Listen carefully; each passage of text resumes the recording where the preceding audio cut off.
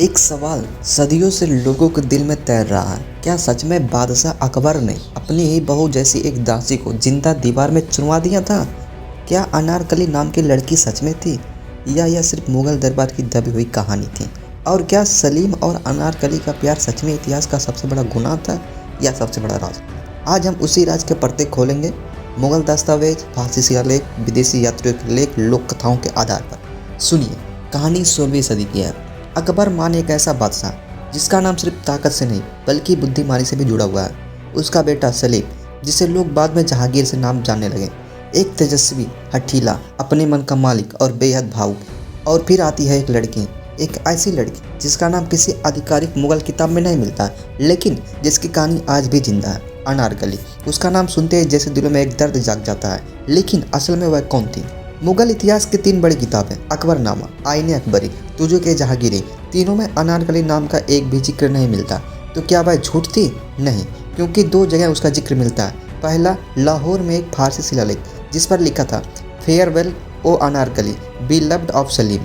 और दूसरा, एक अंग्रेजी यात्री, विलियम फिंच, जिसने लाहौर में एक ऐसी लड़की की कहानी लिखी जिसे अकबर ने दीवार में चुनवा दिया था। उसने नाम नहीं लिखा, पर कहानी वही थी। इतिहास के पन्नों में वह गायब, लेकिन परछाइयों में उसकी मौजूदगी साफ थी। इस लड़की की असलियत में इतिहास खुद उलझा हुआ है। कुछ कहते हैं वह अकबर की दासी थी, रेशम, इत्र और सजावट का काम करती थी। कुछ कहते हैं वह अकबर की एक पत्नी थी, शरफ उन्निसा, जिसका असल नाम छिपा दिया गया है। कुछ कहते हैं वह भारत से आई एक नर्तकी थी, लाजवाब सुंदरता और नर्म आवाज़ की मालिक। और कुछ कहते हैं वह नदीरा बेगम थी, एक ऐसी लड़की जिससे सलीम का दिल सच में जुड़ गया था। इतनी कहानियाँ, लेकिन सच सिर्फ एक। महल में एक लड़की थी और सलीम की नज़रें उससे हटती नहीं थीं। एक दिन अकबर अचानक बीमार पड़ गया। महल के कमरे में गहरा सन्नाटा था, हवा में दवाइयों की तीखी गंध, और अकबर खामोश पलंग पर लेटा हुआ। उसी समय अनारकली आई, नाजुक चेहरे वाली, गुलाबी गालों वाली, जिसकी आंखों से एक अजीब चमक थी। वह अकबर के सिरहाने बैठकर धीरे धीरे पंखा झलने लगी। उसकी आंखें देखकर अकबर के होठों पर ठहर गई, और उसी क्षण दरवाजे पर खड़ा सलीम यह सब देख लेता, और उस एक पल ने इतिहास बदल दिया।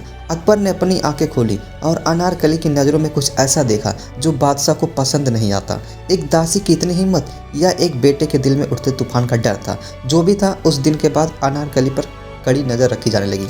महल की गलियों में धीरे धीरे 2 दिलों की धड़कनों की आवाज़ गूंजने लगी। सलीम, जो बाहर दुनिया के लिए एक शहजादा था, अनारकली के सामने बस एक आम इंसान बन जाता। कभी महल के बाग में छुपकर बातें, कभी रात को सुरमई गलियारों में बातें, कभी आंखों आंखों में मुस्कान, और कभी दिलों में डर, क्योंकि दोनों जानते थे अकबर की नज़रों से कुछ नहीं बचता। उनका प्यार एक चिंगारी था जो साम्राज्य में आग लगा सकता था।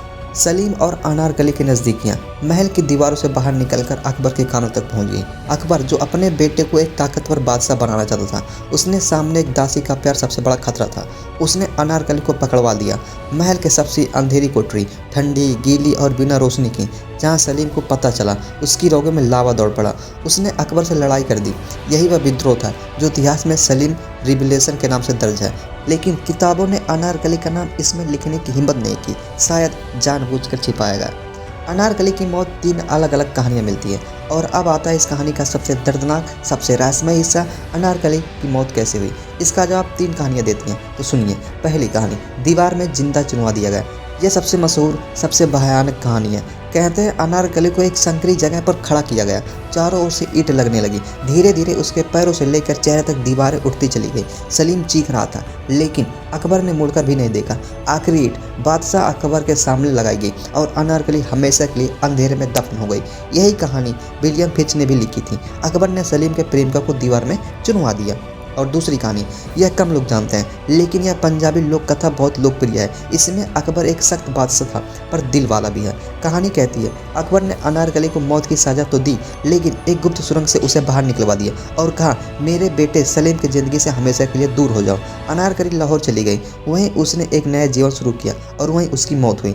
लाहौर का जो मकबरा अनारकली का मकबरा कहलाता है, बहुत लोग उसी का कब्र मानते हैं। तीसरी कहानी, आधुनिक इतिहासकारों का कहना है, अनारकली किसी एक लड़की का नाम नहीं, बल्कि एक उपनाम था, जिसका मतलब था अनार का फूल। एक नर्तकी, एक दासी, एक रखेल, या कोई राजपूत लड़की। किसके साथ सलीम का रिश्ता था, यह पता नहीं। कहानी धीरे धीरे अनारकली नाम से बदल गई, यानी सलीम और एक लड़की का प्यार सच था, लेकिन उसका नाम इतिहास में खो गया। लाहौर में एक मकबरा आज भी मौजूद है जिसे लोग अनारकली का मकबरा कहते हैं। कब्र पर लिखा है सुल्तान सलीम्स बिलव्ड। दिल के आकार के नक्काशी, फारसी कविताएं और दर्द में डूबी हुई पंक्तियां। लेकिन इतिहासकार कहते हैं यह मकबरा शायद जहांगीर की पत्नी साहिबे जमाल का है, यानी मकबरा का किस्सा जो है अनारकली या फिर किसी और का अब तक राजी है।